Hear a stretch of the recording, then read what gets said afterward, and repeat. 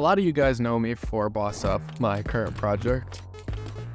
Probably 99% of my audience, but before Boss Up, I did do game dev. I made about 9 games, and this one is the biggest. My only fully finished game, Eternia Escape. So this is a little 2D action platformer inspired by like Mega Man, Kirby, a little bit of a beat 'em up, a little bit of a platformer, a little bit of a run and gun, a little bit of a boss rush. So sort of all the things I'm interested in my first 2D platformer adventure. So I made this in 2022, coming off the heels of a spring where I was pumping out video games left and right. I was doing game jams and playing new games, revisiting old games. The big one at the time that I was playing was Kirby and the Forgotten Land. And that game was just so good, and it had such a good finale that I was like, I want to make a game just so I can do something on that level. So that was when I sat down and I started making Eternia Escape. In terms of gameplay, it's nothing crazy. You have your run and your jump. The main like mechanic here is that you have an infinite hover, and you have a charge shot that can also be replaced by weapons that you grab on the ground. So the infinite hover makes it so you can kind of correct your jumps and float in midair to your heart's content. And it also allows me later on to do a lot of level design where you just don't land on the ground, and I think that's pretty fun. The weapon pickup system allows for a little bit of combat variety, although the charge shot is generally the best for every situation. And there's a dash, so you'll see a lot of the dash because I'm playing this game quick, and the dash is kind of the speed in this game. Nothing crazy, just allows you to get your momentum up and start moving a little quicker. So this is the first boss. That boss, essentially just wanting to leave the player with a good first impression and not wanting to challenge them too bad. This boss is 3 phases long, although the first phase is less of a phase and more of just a chase. The 2 phases later on have some simple combat, nothing too crazy. And this part of the fight is just challenging you on all the level design stuff that I've introduced so far. So those platforms that blow you upwards, the electric fences that you don't want to touch, and the basic enemies. So nothing too crazy. The second phase is more direct. Now you can damage him. So you have to shoot these buzzsaws as he's like trying to get you, and they go in various patterns. Most of the bosses in this game don't have a lot of health. I didn't want to make the player spend too much time on them since they don't have a super huge variety of attacks. So. And this one has a special way of doing extra damage to him if you reflect the bomb back at him. You have to aim it just right though. But even if you don't hit the bomb, it's still a pretty quick fight. But the main thing I was going for was surprise factor with this phase. I want the player to look at it and be like, what? Why did he turn into a motorcycle? And this boss is like relentless killer kind of vibe. So that's Sector 1. Nothing too crazy. And now we get to level 2, which is the temple level. So originally, this game was going to have lore. If you saw me collecting that book in the last level, that was sort of the collectible system of the game where you would find the books and then you would get a bit of a lore done. The reason that the lore isn't in the game anymore is because I only wrote about 2 of the books, and then I took about a 3-month hiatus from this game because I started college, and I came back to the game in like December because I was like, I'm gonna release it. But when I came back to the game, I wasn't super motivated. I just kind of wanted to get it done. So instead of writing 6 more books for each level, I sat down and I said, let's just polish up what we have and release it. So the story did get cut. It's now much simpler than it was before, but it was between that and not releasing the game. So originally in that lore, the temple was going to be this big location where the time travel technology was like inspired. But now it's just kind of a, one of the level aesthetics in the game. It's very orange. There was a lot of oranges in the color palette that I was working with for this game, so I was trying to mix it in with some purples. I like how this one looks. I put a lot of time and effort into making the level assets for this one. And that's our second book. So those books still do have a purpose in the game, even though the lore is gone, and you'll see that a bit later. I also really like the level gimmicks in this one. I haven't had much time to talk about them, but they're fun. This is Goalie, my personal favorite boss. Or maybe not my favorite attacks, but definitely my favorite design. So this guy's inspired by like Golem from Terraria, and like those giant floating hands Nintendo bosses. Like, I mean, name a Nintendo game and it probably has one. Another pretty quick one, so you take care of the main body and the hands, and then it goes into this like flying phase where it flies around and shoots little balls at you. You also see the sandile on the ground, which is the weapon that this level introduces. You saw me using it a little bit. It's particularly good for taking out the special enemy type of this level, but for most of the bosses I prefer to just use the charge shot. And now we're in the level select again. Now this level is interesting. It's the only non-platformer level in the game, as you see. It's got this spaceship gimmick, in a nod to those classic arcadey platformers that switch it up and give you alternate gameplay styles. This one is sort of a vertical scrolling shooter like Ikaruga and whatnot. Just extremely simplified. So you got your two types of enemies and some hazards, those swinging planets. This level is meant to take place in a fake observatory. So you're like, while this Eternia lab is in space, flying through space, this is not the actual space background, it's just the wallpaper you're flying up against in this observatory. And you're dealing with these laser enemies and the manta spaceship things that fly across the screen. So, nothing too crazy going on in this level. And you're about to see a crash, because I accidentally clicked off the screen. The game didn't crash, I just, clicked out. My recording software didn't like it. So I'm restarting here so I can jump to the right a bit and get the book for this level. Just a little interaction with that hazard. And then I give the player a health power-up so they can recover for the second half of this. The slightly more challenging half. Now you can see I've gone pretty generous with the hitboxes in this level. The player hitbox is a lot smaller than the model, and that's just to add some forgiveness. Just make it so that some of these tighter interactions with the enemies and the hazards aren't quite as tight as they look. And you can see I'm still getting hit a couple times. I'm not playing the greatest. But just making sure that there's room to navigate around and stuff. Especially later on. Yeah, that's about all there is to say about this level. It's on the more repetitive side, because you really only get the two enemies and the two hazard types, but I try to mix and match and do unique combinations and patterns and stuff, and I think it's pretty fun. So, we don't fight this boss in the rocket form. We go back to the traditional platforming boss, and this design was actually made by my friend. So the idea to use a satellite as their sunglasses was their idea, and I thought it was really fun, and I had the body orbiting around it too, so a lot of funny, kind of wacky ideas with this guy. But the attacks are pretty simple.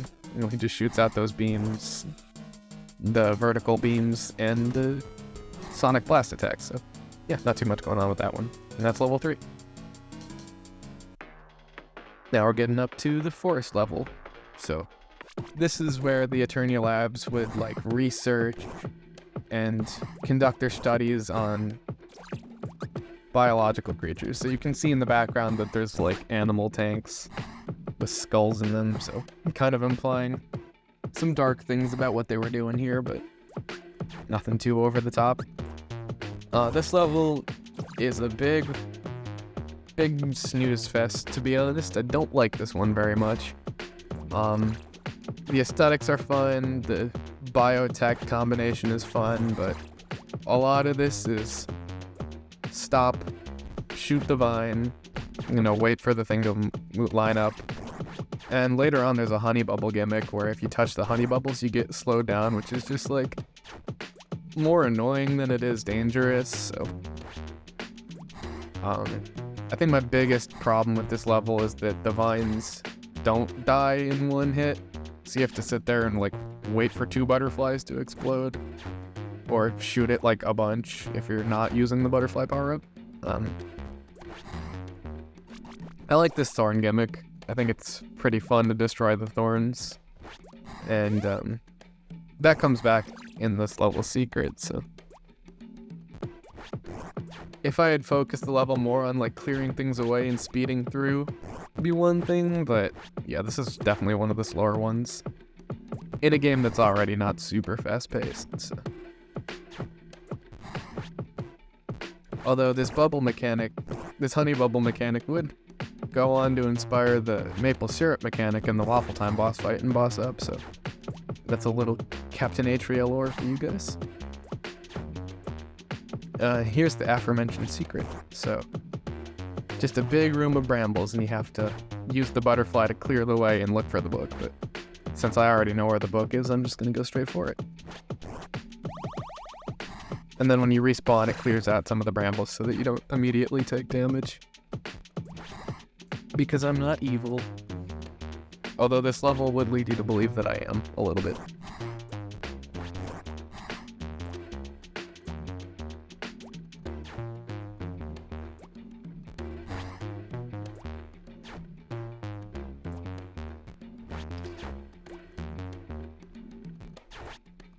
This level goes on for so long that I've run out of things to say, but... Oh, this part's funny. The vines come down too low there, and you can see that the sprite does not go all the way to the top of the screen. There was supposed to be a foreground layer that, like, hides that, but... Yeah, just forgot to do that, so... 2022 me, everyone. This is Vinny, so... This boss is the sort of culmination of the biomechanical stuff you're seeing in this level. It has a little mini attack that comes out halfway through. And then it has the phase 2, which is like the robot cyborg thing underneath. I really like this design. It's one of my favorite characters. It's over. Really quick fight, as most of the fights in this game are. That's level 4.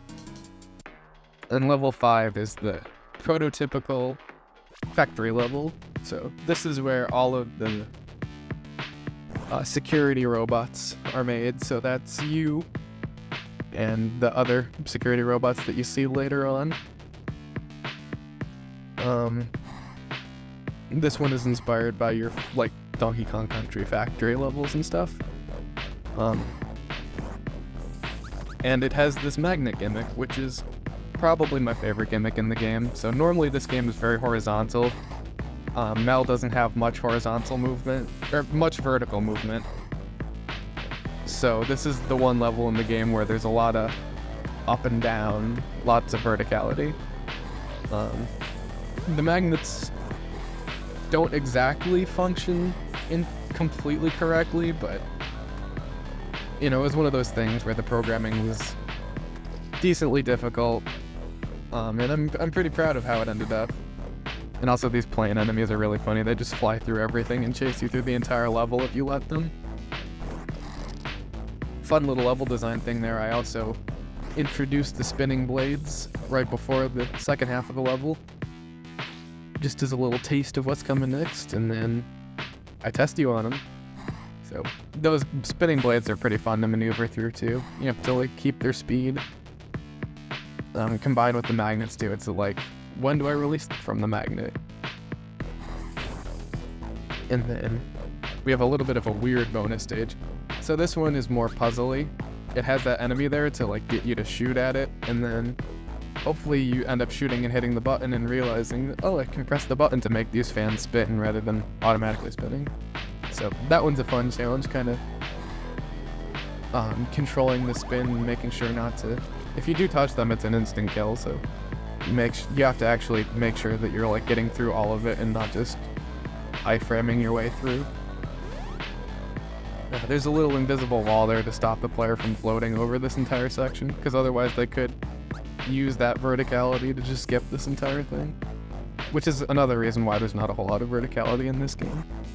And then I have one final, there's only one way to get up, and it's these magnets, and you have the fly guys coming at you. But this section was originally going to have, way more of those enemies, but I was like, maybe I don't want to be too much of a dick on the final section. And then we have an inversion of the rotating mechanic, because you're going the other way. Now this boss is called Big Guy. And essentially it's the evil version of you. So it has all of your attacks, aside from the mixer.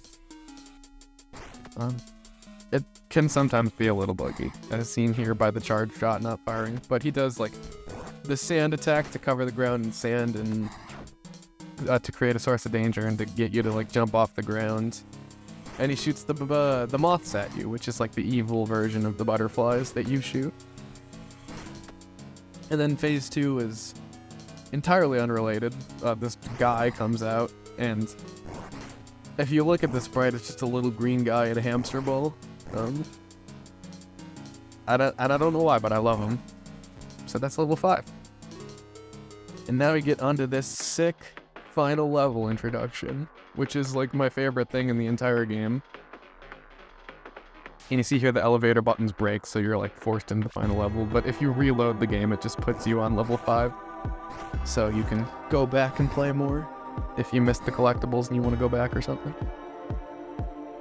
Now this level is basically the entire reason I made the game. You could view the previous 5 levels as a tutorial for this one, essentially, because it's combining every single mechanic that I programmed into the game, including the swinging planets and the enemies from the flying levels. I'm testing you on everything you know in this level, and combining them in interesting ways, so I think most levels in this game don't have a huge selection of gimmicks. So this one is definitely the most fun because it's just combining so many different elements all at once. And it doesn't overwhelm the player because you've already been introduced to them. If you've played Ukulele in the Impossible Layer, it's a similar trick to the Impossible Layer in that game where it just throws everything at you, but it ends up not being super overwhelming because you've seen it all before. And that was... yeah, getting this level right was pretty much the entire motivation to make this game, because I wanted a damn good finale. So, alongside all the stage gimmicks returning, you can also use any of the returning power-ups, which is the only level in the game that allows you to switch between any power-up at any point. And another moment of these spinning blades being my favorite hazard, you get to control your fall and go through them. Also a moment of a rare occurrence of the flight being required to progress, because there's no ground in any of this section. If I did more of this game, I would definitely include more segments like that, where you have to control your flight and stop and start as you fall down, because that's the most fun part of that mechanic for sure.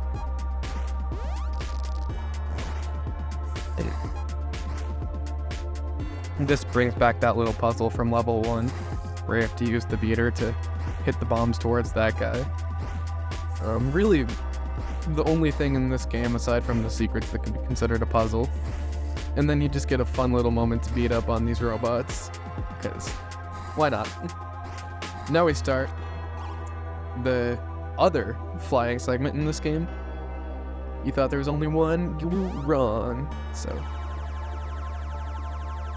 this section's nothing too crazy, mostly just, brings back the gimmicks from level 3, alongside the new turning gears hazard. I was really proud of that sprite when this game came out, and also this background sprite. It's very large, and it does something interesting, which you'll see eventually. So, if you noticed, there you go. Oh yeah. So the first half of that level was upside down, and that's because the sprite is mirrored. So now the screen flips upside down, and the background is right side up, but the player is upside down. It's super trippy. The effect took me so long to program. I wanted more trippy effects like that in the game, but in 2022 I just didn't have the coding skills to execute that kind of thing. But this was the one point in the game where I'm was able to mess with the player to the extent that I was happy with.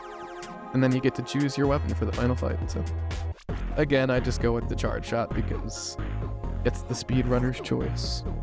At least I think. I've never seen anyone speedrun this game. So, and this is Blubs. It's the kind of fake out first phase of the final boss. Not too much going on here, just kind of floats around and it shoots its little dark matter at you. So, it's the same dark matter that you see coming off the enemies earlier in the level, so that's like a narrative world building setup to this thing. This is just like the souls of all those enemies or whatever. And the real fight starts now. Pretty much now, yeah. The curtain draws back. You're back in 1988, and that would be like a huge crazy lore reveal if the story was still in this game, but essentially this is Doctor. He created the laboratory by going back in time. The laboratory existed, he went to the future, and then he created the laboratory based on what he saw in the future. So this entire thing is like a paradox. That's the implications of the lore, had it been written. The fight itself is one of the more bullet hell fights in the game. It's got this like lightning that you dodge around with the vents. Some cool patterns, and it starts electrocuting the floor when it's low on health. So that is the semi-final boss, but if you collect all the books, you get your supersonic boss fight kind of moment. And you leave the laboratory and you're taken to this space-time god, known as Ursa, after Ursa Major. This boss is the same design philosophy as the final level, but for the game's bosses, so this combines every single boss attack in the game, throws them all in a big blender, and then, spits them out. So just like the final level, this boss is easily the best for the amount of variety it has. Just combining every attack in the game, and randomizing them, so it comes up in a different order every time you play.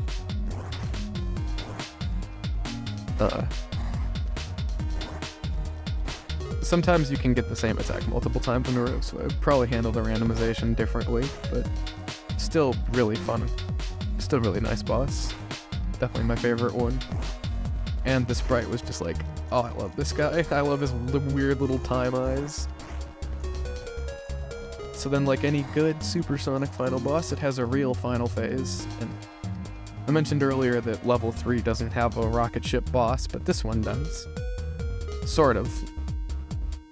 This fight is a bit more of a forced death kind of fake out fight, like some of the Mario RPG bosses that like force you to take a death. So you can dodge them, but eventually you're gonna run out of HP, and then it does your like golden super form, and you like take them out. And yeah, so that's the true ending of Eternia Escape. You only get this cutscene if you do all the books. You've escaped the laboratory, and your Rai is coming with you. No, this would be like the credits stinger drop, but since I made this game entirely by myself, there's no credits, it's just me, so title reveal instead. So yeah, that's Eternia Escape. My first really big game project, so the whole game itself is as long as this video is.